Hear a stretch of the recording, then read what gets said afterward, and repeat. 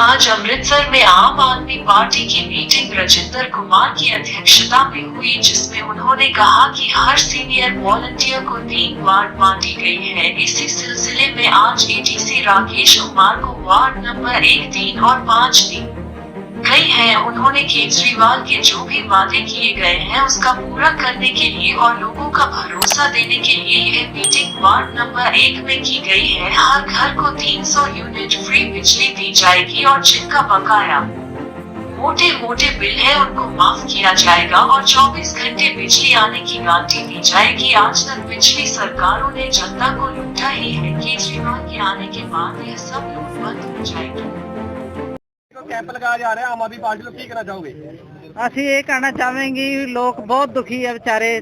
ਜੋ ਵੀ ਇੱਥੇ ਹੋ ਰਿਹਾ ਸਾਡੇ ਪੰਜਾਬ ਵਿੱਚ ਬਹੁਤ ਧੱਕਾਸ਼ਾਹੀ ਹੋ ਰਹੀ ਹੈ।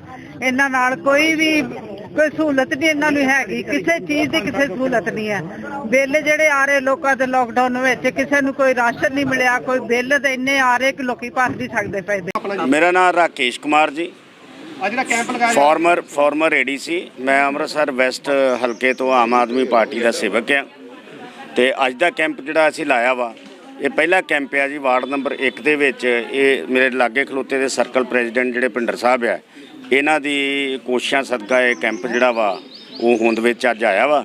ਅਸੀਂ ਇੱਥੇ ਲੋਕਾਂ ਨੂੰ ਜਿਹੜਾ ਵਾ ਉਹ ਰਜਿਸਟ੍ਰੇਸ਼ਨ ਵਾਸਤੇ ਇਹ ਕੈਂਪ ਆ।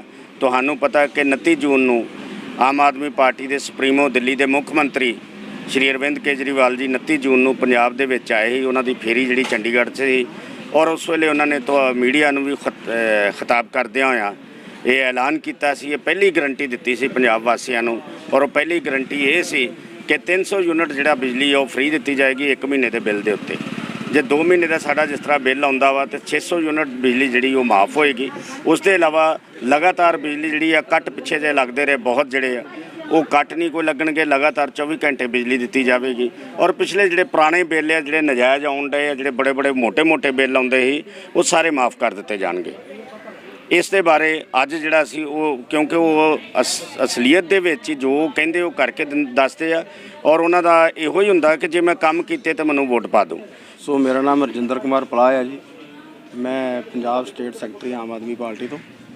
ਸੋ ਅੱਜ ਅਸੀਂ ਵਾਰਡ ਨੰਬਰ 1 ਦੇ ਵਿੱਚ ਜਿੰਨੇ ਵੀ ਸਾਡੇ ਹਲਕੇ ਦੇ ਵਿੱਚ ਐਕਟਿਵ ਸੀਨੀਅਰ ਆਗੂ ਹੈਗੇ ਨੇ ਉਹਨਾਂ ਨੂੰ ਪਾਰਟੀ ਵੱਲੋਂ ਜਿਹੜਾ ਹੁਕਮ ਹੋਇਆ ਦਾ 3 ਵਾਰਡਾਂ ਜਿਹੜੀਆਂ ਹਰ ਉਸ ਸੀਨੀਅਰ ਆਗੂ ਨੂੰ ਦਿੱਤੀਆਂ ਗਈਆਂ ਨੇ।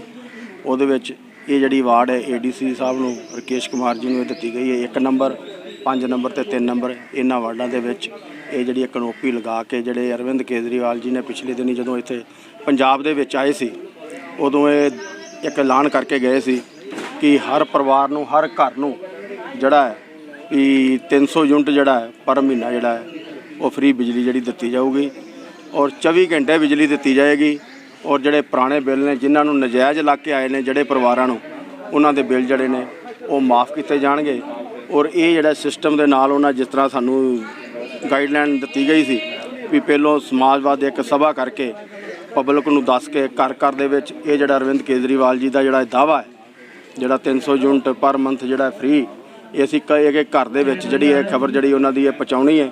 मेरा नाम सुषमा रानी। ਜਿਹੜਾ कैंप लगाया पार्टी को लगाया, ये कैंप इसलिए लगाया गया हुआ है कि इससे कैंप लगाने से हमें कि जो केजरीवाल जी ने अनाउंसमेंट किया गया है कि 300 यूनिट बत्ती हमें मुफ्त मिलेगी, 2 महीने की 600 यूनिट बत्ती हमें मुफ्त मिलेगी। तो उसके अलावा जो भी मतलब कि जो भी यूनिट आएगा उसका हमें चार्ज पड़ेगा, 600 यूनिट का हमें कोई चार्ज नहीं पड़ेगा। तो कैंप के जरिए हमें ये फ़ायदा होएगा कि हमें बत्ती के बिल से हमें फ़ायदा होएगा, हमें बत्ती के बिल नहीं देने पड़ेंगे।